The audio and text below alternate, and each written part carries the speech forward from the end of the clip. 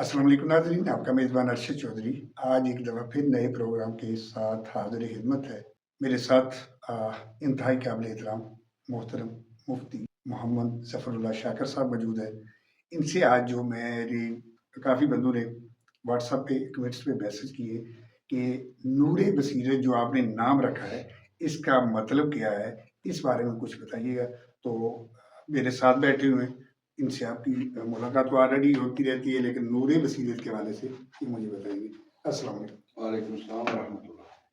सवाल आपने मेरा सुन ही लिया है, जी जी इसके बारे में कुछ बताइएगा। काफ़ी ज़्यादा ना कमेंट्स भी आए हैं और जी। व्हाट्सएप पे भी मुझे मैसेज आए हैं, तो इसकी थोड़ी सी ना इस्लामी नूर के हवाले से या थोड़ी डिटेल दीजिए। बिस्मिल्लाहिर्रहमानिर्रहीम। नूर का माना है रोशनी, बेशक। और बसीरत भी एक तरह की रोशनी है।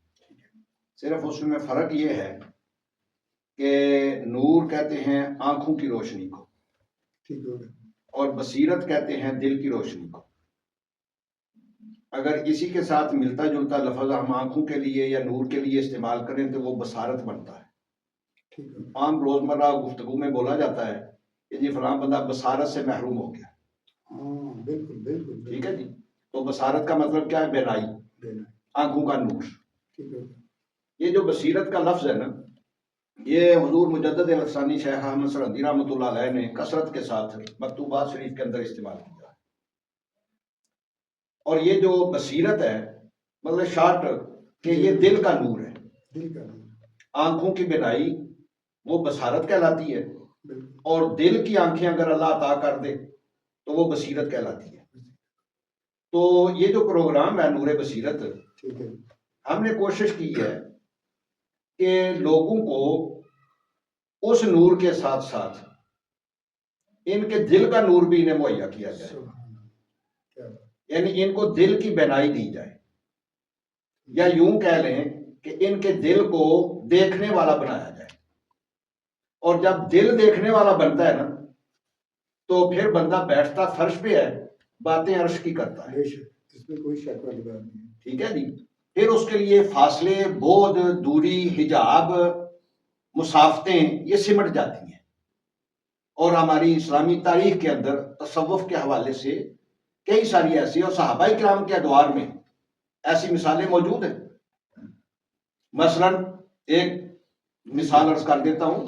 हजरत सैयदना उमर रजी अल्लाह तआला अन्हु अपने दौरे इक़्तिदार और दौरे खिलाफत के अंदर आपने भेजे हुए एक लश्कर को, जिनके सिपा सलार हजरत सारिया हैं, तो मिंबरे रसूल पे मस्जिद नबी शरीफ के अंदर मदीना शरीफ से उन्हें मुखातिब करते हैं, या सारिया ताल जबल।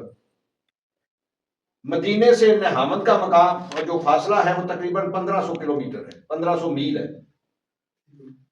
तो हजरत उमर इधर बैठ के देख रहे हैं, ये आवाज पहुंच रही है, उन्होंने आवाज सुनी है, उस पर अमल किया है और नुकसान से बचे हैं।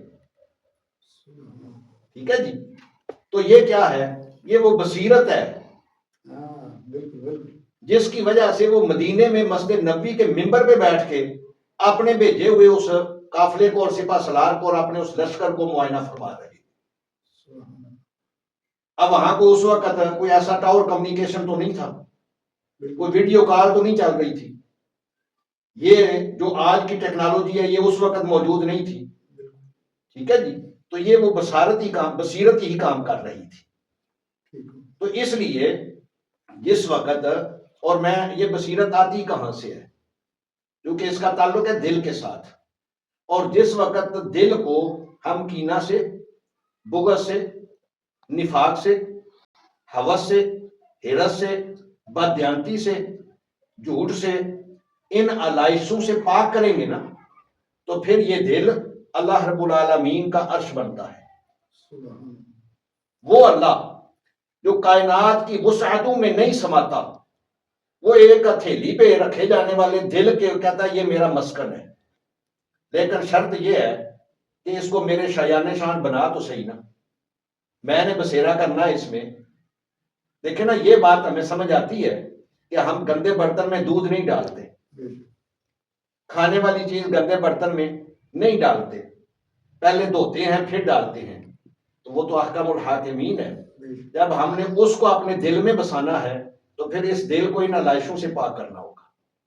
تو جس وقت یہ دل ان علائشوں سے، ان اخلاق رذیلہ سے پاک ہو جاتا ہے نا، تو پھر یہ اللہ کا عرش بنتا ہے. اور جب اللہ کا عرش بنتا ہے تو اس کے اندر طاقت کیا آتی ہے؟ پھر نبی کریم صلی اللہ علیہ وسلم فرماتے ہیں کہ مومن کی فراست سے بچ جاؤ کہ یہ اللہ کے نور سے دیکھتا ہے. ٹھیک ہے جی. تو یہ ہے بصیرت، کہ جب دل بینا ہو جائے، دل روشن ہو جائے، تو پھر ہوتا یہ ہے، جب روشنی کا پہلا، اس کا اگر میں کوئی دوستوں کے لیے آگاہی کروں کہ اس کا پہلا جو اثر ہے وہ یہ ہے کہ پھر بندے کو اپنے دل میں دوسرے کا کردار نظر آتا ہے. یہ جو آج ہم لوگوں کے اوپر الزام تراشی کرتے ہیں، بہتان بازی کرتے ہیں، یہ وجہ کیا ہے؟ وہ اپنے اندر جو ہمیں گند دکھتا ہے نا، وہ ہم دوسرے کے چہرے پہ ملنے کی کوشش کرتے ہیں، جس کا نتیجہ معاشرے کے اندر افراتفری بنتا ہے. تو اگر یہ دل صاف ہو جائے تو پھر کیا ہے کہ نبی پاک صلی اللہ علیہ وسلم کا فرمان ہے کہ مومن کے بارے میں اس نے ظن سے کام لو. یعنی مجھے آپ کے بارے میں سوچنا چاہیے جب تک کہ میں آپ کی کسی برائی پہ، کسی قباحت پہ آگاہ نہ ہو جاؤں. مجھے آپ کو اچھا سمجھنا چاہیے. ٹھیک ہے جی. اگر میں کچھ آگاہ ہو جاؤں، کسی والے سے مجھے پتا چل جائے کہ ان کے اندر یہ خرابی پائی جاتی ہے اور یہ ان کے لیے باعث نقصان ہے، معاشرے کے لیے باعث نقصان ہے، تو پھر میری ذمہ داری یہ بنتی ہے، میرا دوستی کا حق یہ ہے کہ میں آپ کو علادہ میں کر کے آپ کو اس کے برے اثرات سے آگاہ کروں اور آپ کو ہمدردی اور خیر خواہی کے جذبے سے سمجھانے کی کوشش کروں. تو یہ جو دل کی بینائی ہے نا، اس کا نام بصیرت ہے. تو پروگرام کا نام بڑا اچھا رکھا گیا کہ اس سے لوگوں کو دل کی روشنی، دل کی جو بینائی ہے وہ میسر آئے گی. تو یہ انشاءاللہ کوشش ہے اور اچھی کوشش ہے. تو میں نہیں سمجھتا کہ جب کوئی ایک بندہ اچھی کوشش کرتا ہے تو پھر اس کے اثرات مرتب نہ ہوں، اس کے معاشرے کے اندر فوائد مرتب نہ ہوں. یہ ضرور ہوتے ہیں، کیونکہ اللہ قرآن میں فرماتا ہے لا یضیع اجر المحسنین، کہ ہم احسان کرنے والوں کے اجر کو ضائع نہیں کرتے. بہت شکریہ.